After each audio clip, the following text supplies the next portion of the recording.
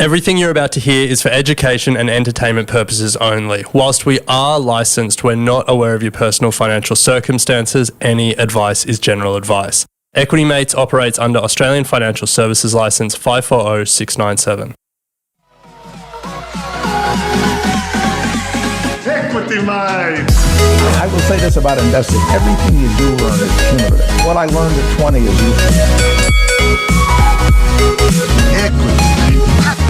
Welcome to another episode of Equity Mates, a podcast where we explore what is possible in the world of investing. If you've just joined us for the first time today, a massive welcome to the community.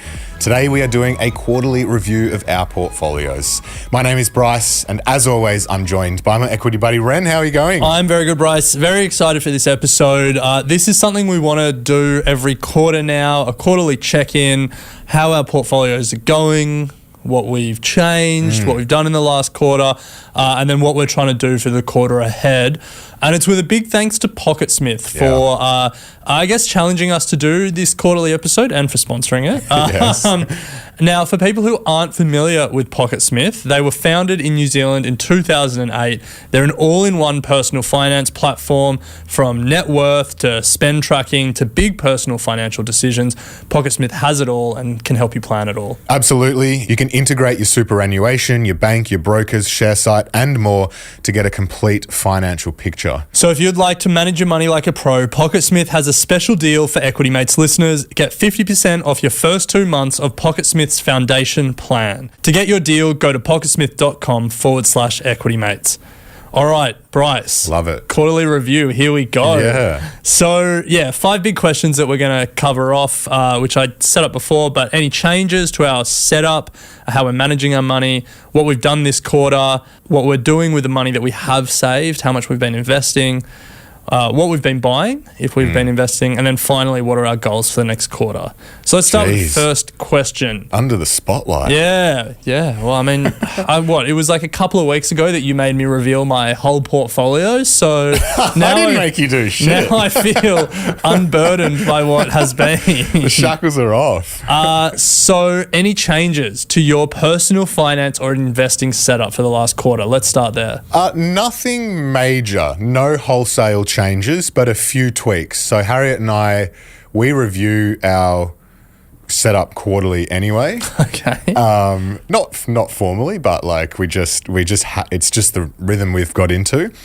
So we share a number of accounts. We share our groceries, bills and insurance, and some savings accounts. And we've had to tweak what we've put into those, because now that we're almost a year into our house, we've got the first lot of rates, we've got the bills, we've got the bits and pieces, and so we've had to adjust that.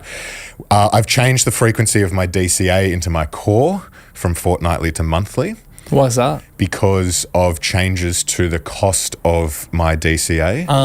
Changes to the cost of brokerage, so I had to adjust that. And I've integrated my share site into PocketSmith, so now I can see total view, which I've actually found quite handy. Nice. Yeah. Okay, cool. Recommend both platforms, but PocketSmith has been great for this. What about you? So one big change, my fiance Alice and I have now got a joint bank account for spending and another one for bills. So we were just doing like separate bank accounts before. Yep. So that's a big change. But in terms of how we're managing money, like not a massive change. It'll still be, we each get paid and we have automatic transfers to a number of accounts, and now these are just some of those accounts. So we still have personal savings and personal spending accounts as well, but for joint stuff, we'll also be transferring to that every pay. Haven't set up the joint savings or joint investing yet. That might be a future quarter, one thing at a time. I guess we got the joint offset for the mortgage. Yeah. But that's probably the big one. Nice. So, it's going well so far. Nice, that's good. Yeah. Both have the card, tap and go. It's good. Individual cards. Yes, absolutely. Yeah. Do you have clear agreements on what can and can't be spent on those accounts? Nah, well, we're kind of just feeling it out. Yeah. But, we spoke about it, and it's kind of like you know what's a personal cost and what's a joint cost. Yeah. Yeah, it'll be things You'll over. be putting down the joint card at your box party coming up. No, that's the corporate card. Nice. So yeah, it's mainly food and Yeah. eating, going out and stuff like that at the Yeah. moment. So yeah, that's probably the big change. It's nice, another step closer together. That's it. Yeah. That's it. Yeah. I thought we did that when we got married, and we progressively added a few more things, but started out exactly how you have as well. Yeah. So yeah, love it. Okay. How have we been spending and saving our cash this quarter? What's been what's the breakdown? Yeah, now the good thing with PocketSmith is we can put our bank accounts into PocketSmith, and then you can categorize your transactions. You can make your own categories. Yes. If for long-time Equity Mates listeners, they may remember a gripe I had with another platform that made you use like these nebulous, poorly defined, unhelpful categories, and you couldn't make your own. Yeah. So this was a big relief for me that I could make my own categories. All the way down to like golf as a category, so we can see how much we're spending on golf. Even with subcategories, so like eating out is a headline category, and that's Uber Eats or just like when you go out to eat, just like all that extra spending on food. Yeah. But then there's this one Vietnamese place that Alice and I really love that I made a specific subcategory just to see how much we were spending there. Nice. And I was it alarming or was it good? No, I actually expected it to be more. So nice. I went in. I was actually pretty happy with that. Good. So, Well, that is the level of detail and I guess microscopic view you can take on your transactions. But tell us what PocketSmith is telling you about your spending. Yeah, so to give you, I'll talk in percentages. These are rough and like sort of rolled up categories, but about 43% of my fortnightly pay after tax goes to my mortgage, 15% to groceries and eating out, so food broadly defined, 20% to saving and investing, about 15% to subscriptions and bills, and then a remaining 7% miscellaneous. Some months I was good and saved that money. Other months I spent it on random stuff. And the mortgage payment includes like things like strata as well, like all like housing costs broadly defined. Yeah. So anything surprising in there for you or you're happy about? Oh, it always feels bad when I see 43% of my money goes to the mortgage.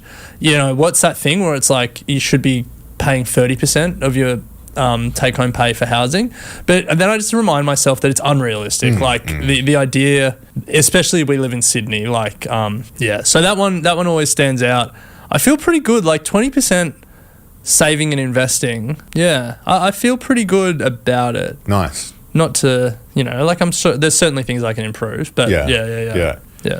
What about you? So for me, PocketSmith tells me, mortgage is 30%. Oh, okay. So after that whole spiel about how no one in Sydney could get 30%, Mr. Perfect over here. But let me be very clear. Jeez, let me be very clear on this, the way that our loan is structured is that there's some being taken out of an offset account and some that Harriet and I put in. And so why are you doing it that way? Just because we have a lump sum sitting in the offset account. You don't want to keep the offset as high as possible, and we do, and that you'll see. We put money into it. Doesn't that mean that at some point the offset will be fully drawn down, and you're going to have to increase the amount from your take home? Yes. And what, you're just banking that you'll be earning more by then? Well, two things. The drawdown on it was a number of years, so we'll be okay for that. Yeah. And secondly, you can then refinance. So essentially, like, when you've paid off X equity or whatever, you go and then refinance down to actually what the remaining amount is. So rather than your repayment being X, you go refinance and bring your repayment down. Oh, and so it's like you might have... And then you do another 30-year loan. Yeah, okay, yeah. And so you bring it back down, Geez, must be nice having a big lump sum to draw down on. Anyway, let's move on. So 30% mortgage, 11% groceries, eating out subscriptions, 11% on bills and insurance, gyms, bits and pieces. I have 10% that I just have as my spending a fortnight. So that's beers, work, lunch, just kind of what you do. It's just like, this is what I have left after all my transfers go out. This is remaining. Go for it. If there's some left, great. If it gets to zero, that's fine as well. It's like the non-disciplined account. It's like, if there's money in here, I can spend it knowing that I've like limited myself in the structure of it. Exactly. And then 38% is split between saving and investing. 38%? Yeah. But to be fair, similar to you with your 7%, like some of that, you know, if we have a bucks coming up or a wedding or whatever, like I'll draw out of that to pay the 300 that you do when you go to a wedding or the bits and pieces. So like it's not a true 38% because I reckon You're doing $300 gifts at a wedding. Between two. Between two. I feel that's 150 is kind of like the per head. Yeah, that's what you're expected to do. Yeah. I'll probably bump it up a bit for yours, but that's all right. So that's what PocketSmith tells us when we break it all down. That would be an interesting subcategory to do. Wedding costs. Yeah. Like not organising a wedding and those costs. That would be what you pay to go to weddings. Yeah, definitely. I don't know if I'd want to look at that because especially when you hit wedding season. But good news is PocketSmith, you could definitely make that a category and see how it ebbs and flows over the years. So let's talk about the money that we're saving and investing and what we're actually doing with it, how we're allocating it. How do you take that sort of 20 to 30%? So I took that and then I calculated where it was going, and about a bit less than a quarter goes into cash savings. So I just put more into my emergency fund each pay, which is a high interest savings account. And then about 3/4 of it goes into investing. The majority of that goes into my core portfolio, which is like set up, automated, so I don't really touch it or anything. And then a little bit of that goes into I just call it like satellite, which is like a savings account that then when I see an opportunity, I put it in this or that. What about you? So the biggest change for us this quarter has actually been what we're allocating to the offset. So about 60% of what we're saving and investing is going into the offset now. You look at what it's saving in terms of interest and after-tax returns, it's reasonably compelling. 28% I'm putting into the market, and then 12% goes into our joint savings, high interest savings account. We want to put more into it because we know over the coming years we might want to do something to the house or actually have some savings in there to be able to take out again without it impacting the repayment on the house. You might renovate the guest house or something like that. Put a new roof on. So hold on. Okay, so your financial setup is a little bit confusing. So you allocate 30% to the mortgage. 60%. No. From your original spending each pay, 30% goes to the mortgage and 38% goes to saving and investing. Yeah. But then 60% of that 38% actually goes to the mortgage. Well, it sits in the offset. Isn't that how you pay your mortgage though? Doesn't it just get direct debited from the offset? Yeah, it does. But what I mean is like we could not do that and service the loan fine. If that makes sense. Yeah.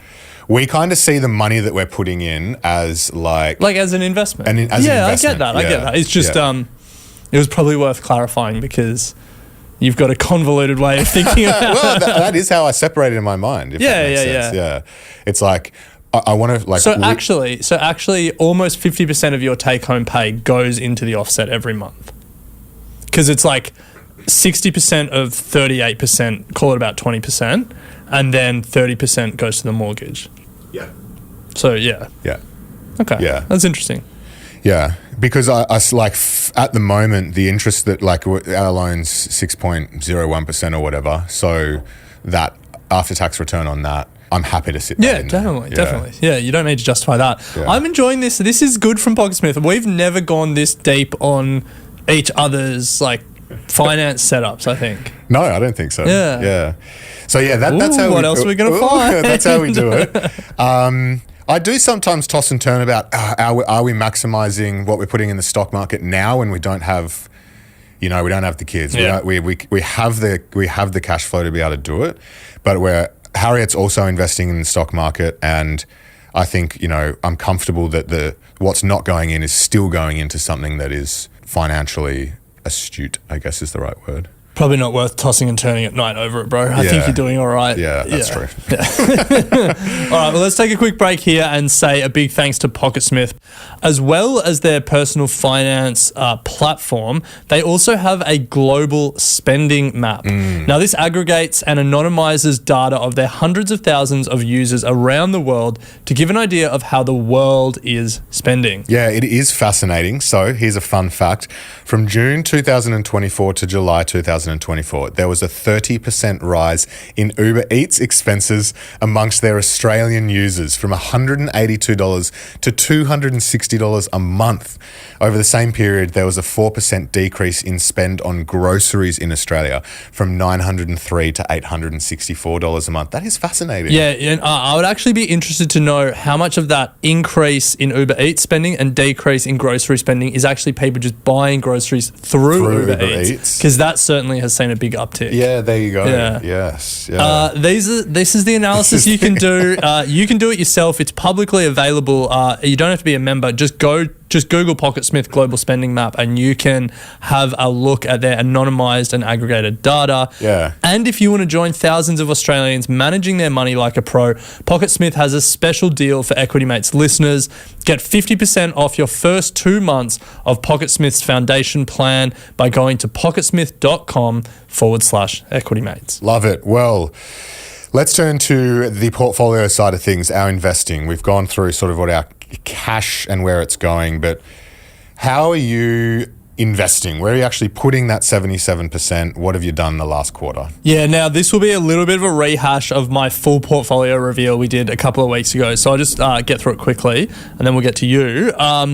So the majority of that, you know how I said it was like 3/4 of the money that I was saving and investing went to investing. The majority of that went into my core portfolio, which is automated. 5 ETFs make up the core portfolio, equal allocations each fortnight to all 5. Yep. An Australian ETF, a S&P 500 America ETF, a mainland Europe ETF, an Asia ex-Japan ETF, and a UK ETF. The UK one for me is the one where I'm like, that might get the chop at some point. Because of performance. Anyway, separate conversation. Oh yeah, just like you want to be like, what's the UK's future offering? Prospects? Yeah, What's it offering? Yeah. And I know like part of the reason you do a globally diversified core is you capture growth wherever it comes from. But the UK is just, Yeah. Yeah. Anyway, different conversation. Sorry to our UK listeners. But I completely agree. That's why I don't have it. If you're in the UK, Yes. You're putting more in America than you are in the UK. Definitely. Yeah. Anyway. So that's my core. And then on the satellite side, I also dollar cost average a little bit into Bitcoin and Ethereum each fortnight. Again, it's just like I don't want to think about it, but I want to have some exposure to it. Equal amounts? To those two current cryptos? Yeah. Yeah. And so that's just automated again, set and forget, automated transfer from my bank to a crypto broker, buy. My NAB equity builder repayments continue to get direct debited each month. Oh, yeah. So that's just part of the investing bucket as well. So don't think about that. Just that keeps going. Have you thought about just paying that out? I don't feel like I need to right now. So that comes out of the 77%? Yeah. Nice. Yeah. I also would need to pull money from other places that I don't want to now. Yeah. Tax deduction, I guess. Tax deductible, the interest payments. Yeah. The rate of return is still good and like the repayments aren't prohibitive. Ball breaking, yeah. Yeah. So, and then finally some individual stocks. That's just opportunistic when things arise. I bought some more Axon, which is one of my bigger positions. And then I bought some more ResMed after Apple announced their updates to the Apple Watch, where they'll have a sleep apnea tracker. The biggest challenge in sleep apnea is underdiagnosis. Hopefully Apple can chip away at that. So separate conversation, but Apple buys ResMed. Apple creates their own sleep apnea product. That would not be good. That's what I've done. Nice. What about you? What about me? So, as I said, integrated share site, which is the portfolio tracking platform that I used into PocketSmith. So now I get a full view of everything. Still haven't integrated my superannuation though. That's the next step. But what I've done this quarter was I finished consolidating my portfolio. So I'm done with selling positions that I no longer want. And I've reallocated that money into a few things, but mainly similar to you, Ren. I have 4 ETFs that I dollar cost average into monthly. 2 are geared. One is GEAR, Beta Shares Geared, GEAR. It's Australian market geared, and then GJUST, which is the US equity market geared. And then I've got VEQ, which is Vanguard's Europe. It's slightly different to yours, Ren, in that it includes the UK. So, Yeah, it includes it. Yeah, so it's that's all Europe. compelling. Yeah, not a huge weighting. That might be the change that I'm looking for. Gives you exposure. Consolidate my mainland Europe and my FTSE into one. Yeah.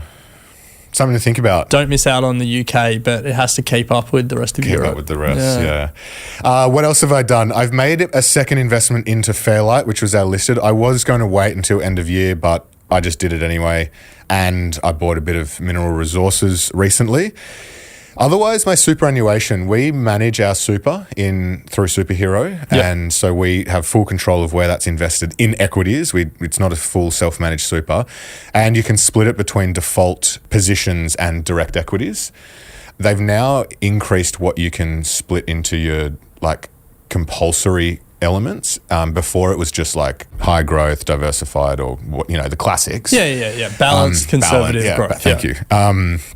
But now there's a lot more options. So I've actually split my super more towards the default options because I'm happy with it. You can create more of a core portfolio in there. So I've got Aussie shares, international shares that it's just spitting into more regularly. Cool. Yeah. And then we'll use the other 50% to now start bringing in some of the active managers that you talk about once they're listed and a few other direct positions. So that's a big focus for me coming up this quarter, actually. Getting your super right. Getting my super right, yeah. Like it's getting to a size now where like you can start. Must be nice. You know what? We've been working for 15 years, where you can really start making some decent, chunky investments. Yeah, I love that. Well, it sounds like the message of Super September has got through to you. Absolutely. So I'm going to carry this beyond September. This will be a super quarter. Well, for me. Yeah. Well, no, hopefully the changes you make in Super September last you the rest of your life. That is a very fair point. We take action in September. All right, so we had one final question that we wanted to cover. So just to recap where we are, we spoke about any changes to our actual setup. Then we spoke about what we did in the past quarter in terms of what we spent, how much we saved and invested, and then where we invested. So I guess the final question is now looking ahead and thinking about the next quarter. Do you have any financial or investing goals for the coming quarter? Yes. So I'm still on the journey of closing out my life insurances. If you'd been tuning into the show, I reckon 4 months ago, I sat down with Phil from Sky Insurance to talk about the advice I'd been given. That is still ongoing. I want to close it out. I need to get my TPD, income protection, etc. I need to get that done. And as I said there, Ren, turn attention to optimizing my superannuation fund for the direct investment components. I feel like I set it up about a year ago and it's all a bit higgledy-piggledy. A lot of overlap. So I need to sort that out and I want to feel good about that. Then thinking about looking at actually getting some financial advice on things like debt recycling and all the things we've been learning about. It's tantalizing. And so I want to know, can we do it? Yep. Without having to pay the $5,000 to do it. So I don't know how I'll manage that. And you'll probably just try and leverage your position at Equity Mates. Probably. I'll just ask questions when they come on the show. And then one stock I'm interested in, yet to pull the trigger, but was thinking about getting them on the show is Catapult. We've spoken about a lot. I've been speaking to their investor relations team. Have you? Yeah. Oh, great. Yeah. Oh, well, awesome. Well, let's do that because, I'm kind of interested but need to ask them a few more questions. Okay. What about yourself? You've got a big quarter coming up. Yeah, I have a big financial quarter coming up. We have Alice and I getting married in December, and then obviously a bit of a honeymoon after that. So just get through the next quarter without blowing the budget. Weddings are expensive in news that is surprising to no one. So that's it. Nice. Saving and investing hopefully continues. Hopefully the automated stuff just keeps ticking away and I don't need to draw on that. But to the extent that I do, it's just, get through it. It is what it is. It is what it is. Yeah. It only happens once. That's it. Yeah, it's exciting. Nice. Well, I'll certainly be contributing my $300 between Ham and I towards that. So nice. Now, a massive thank you to PocketSmith for supporting this episode, for challenging us to do our quarterly review and going under the hood in a bit more detail. We hope you enjoyed it, and We hope that you get a lot out of PocketSmith if you do sign up to do your own quarterly check. Yeah, that's it. Join us and do a quarterly check-in using the PocketSmith platform. Integrate your superannuation, your bank accounts, your brokers, share site, whatever you've got, and get the complete financial picture. That's it. Now, one more fun fact before we go that has come from their global spending map. A recent report from the Australian Actuaries Institute shows that fast-rising home insurance premiums have plunged 1.6 million households into affordability stress. Now, their spending map backs this up, showing an 8% increase in insurance spending from July 23 of $382 a month to July 24 of $417 a month. So I'm certainly feeling that we're about to get our home insurance renewed. And it's not looking pretty. Well, that's a conversation for our next quarterly check-in. But if you would like to manage your money like a pro, PocketSmith has a special deal for Equity Mates listeners. Get 50% off your first 2 months of PocketSmith's foundation plan. To get your deal, go to pocketsmith.com/Equity Mates. You have been listening to an Equity Mates Media production. In the spirit of reconciliation, Equity Mates Media acknowledges the traditional custodians of country throughout Australia and their connections to land, sea and community. We pay our respects to their elders past and present and extend that respect to all Aboriginal and Torres Strait Islander peoples today.